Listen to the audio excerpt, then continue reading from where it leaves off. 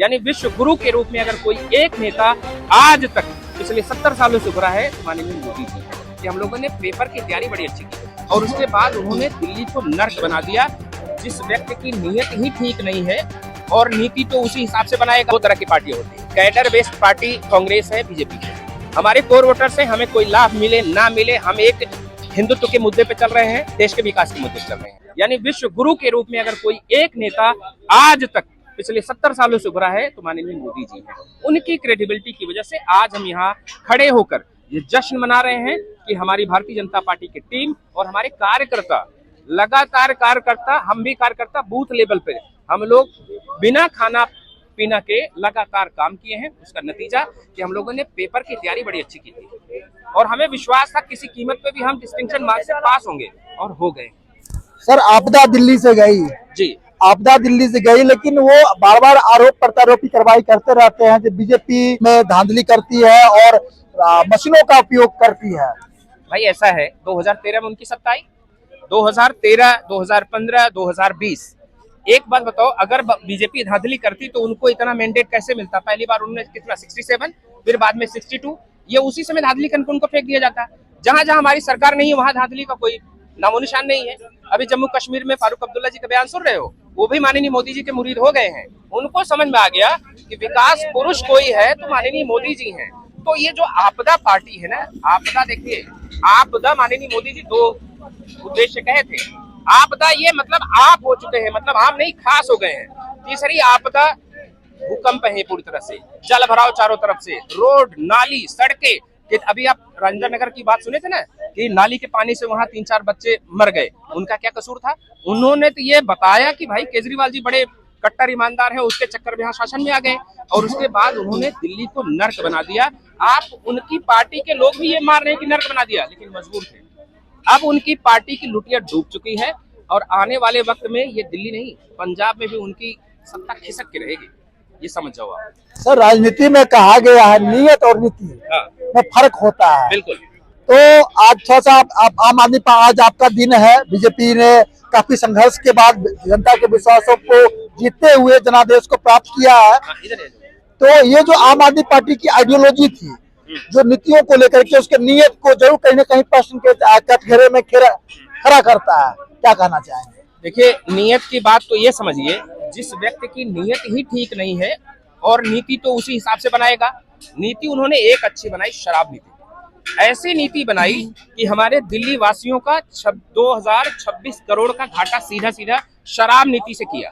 400 का घोटाला उन्होंने क्लासरूम में किया, टैंकर घोटाला किया।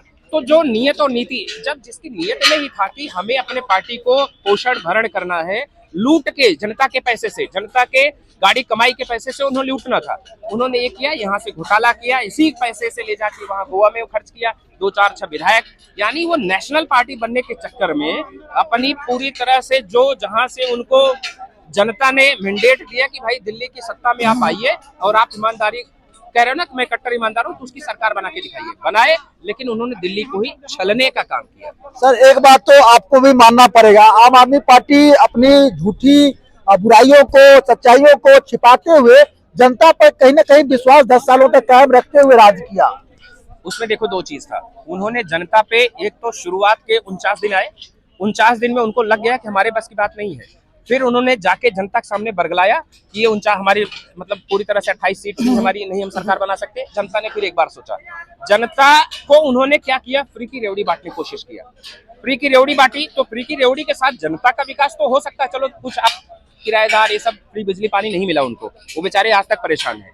और दूसरी बात, उन्होंने ये वादा किया था कि हम करप्शन फ्री शासन करेंगे, जनता ने भरोसा किया। दूसरी बार फिर आए वो, एक बार आप 2 बार 3 बार इमोशनली ब्लैकमेल जनता को किया। जनता यहाँ की पढ़ी लिखी थी, लेकिन तीसरी बार उसको समझ में आ गया कि ये तो क्या है मालूम, बहरूपिया है, ये अलग अलग रूप बना के हमें बरगलाने की कोशिश कर रहा है। तो इस बार जनता ने पहले से ही मूड बना लिया था कि इसको उखाड़ के फेंकना है। ये व्यक्ति हरियाणा चला जाएगा तो वहां का बेटा, पंजाब चला जाएगा। राजनीति के खिलाड़ी जो है अरविंद केजरीवाल जी को बना दिया था। खिलाड़ी नहीं बना दिया था, बीजेपी कभी खिलाड़ी नहीं बनाती, उनको खिलाड़ी बनाया कांग्रेस ने। देखो, ये दोनों पार्टी आपस में देखना, आम आदमी पार्टी का जो अस्तित्व आया है वो कांग्रेस को खा के आया था। अब जो आम आदमी पार्टी का अस्तित्व जा रहा है, कांग्रेस उसको खाने में लगी पड़ी है। हमारा कोई लेने देने, हमारी सत्ता जब भी हमारे वोट प्रतिशत वो इंटैक्ट थे, हमारा 38.9 तब भी था जब इनकी 62 सीटें थी। हमारा कोई, हम एक चीज है, नेता हम नहीं बनाए हैं, नेता जनता बनाती है, जनता बिगाड़ती है। जनता को लगा कि ये व्यक्ति शरीफ है, बोल सही रहा है, हो सकता है ये जनता के भरोसे पे उतर जाएगा खरा, लेकिन नहीं उतरा तो जनता नहीं उठाया और जनता नहीं तो इसमें तो अन्ना जी का उनको आशीर्वाद मिला, अन्ना जी का आशीर्वाद मिला। अरविंद केजरीवाल को कौन जानता था, लेकिन अन्ना जी का आशीर्वाद मिला। आज अन्ना जी भी क्या सोच रहे होंगे? देखो अन्ना जी की एक मैं बताऊं आशीर्वाद की बात, आपको एक कहानी जरूर पता होगी कि एक भस्मासुर था, वो क्या किया कि सीधे सीधे शंकर भगवान से आशीर्वाद लिया, जिसके भी सिर पे मैं हाथ रखूं वो सीधे भस्म हो जाए, और शंकर भगवान खुश हो गए, विश्वास किए।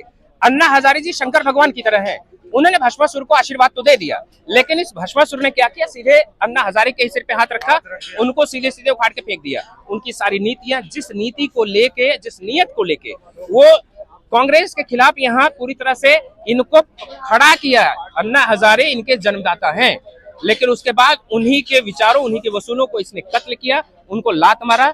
और आने वाले वक्त में आज भी अन्ना हजारे जी का बयान आया, उनको ये भी समझ में आ गया कि आज उनको संतुष्टि मिली कि एक व्यक्ति जो आरोपी था, जो भ्रष्टाचारी था, जो जनता को बरगला रहा था, उसका मुखौटा उतर गया और दिल्ली की जनता उसको पहचान ली, बीजेपी वाले नहीं, जनता पहचान ली, इसी वजह से उसको उखाड़ के नीचे फेंक दिया। तो सर 8 फरवरी का आज दिन है, बसंत पंचमी की शुरुआत हो चुकी है, होली भी आने वाली है, यहाँ देख रहे जश्न मन रहा है। तो आप आपदा आपने हटा दिया दिल्ली से, तो क्या सोचते हैं आपका अब अस्तित्व खत्म हो जाएगा इंडिया से? देखो एक दो तरह की पार्टी होती है, कैडर बेस्ड पार्टी कांग्रेस है, बीजेपी है। हमारे कोर वोटर से हमें कोई लाभ मिले ना मिले, हम एक हिंदुत्व के मुद्दे पे चल रहे हैं, देश के विकास के मुद्दे पे चल रहे हैं। आम आदमी पार्टी का भरण पोषण कैसे, उनके कार्यकर्ता जो जुड़े होते हैं पार्टी से, जो उनको इनपुट मिलता है, जो थोड़ा भरण पोषण मिलता है, उसके साथ रह रहे हैं। आप यही देख लेना, 1 साल के अंदर आम आदमी पार्टी के 4 और 5 विधायक भी नहीं रह जाएंगे, सब भाग जाएंगे टूट के, ये पक्का मैं बता रहा हूँ आपसे। दिल्ली की जनता से क्या कहना चाहेंगे सर आप? मैं दिल्ली की जनता को एक भरोसा दिलाता हूं कि आप लोगों ने भरोसा भारतीय जनता पार्टी पे किया, माननीय मोदी जी पे किया। आपके भरोसे पे खरा उतरने का काम भारतीय जनता पार्टी, एक एक कार्यकर्ता और माननीय मोदी जी रहेंगे।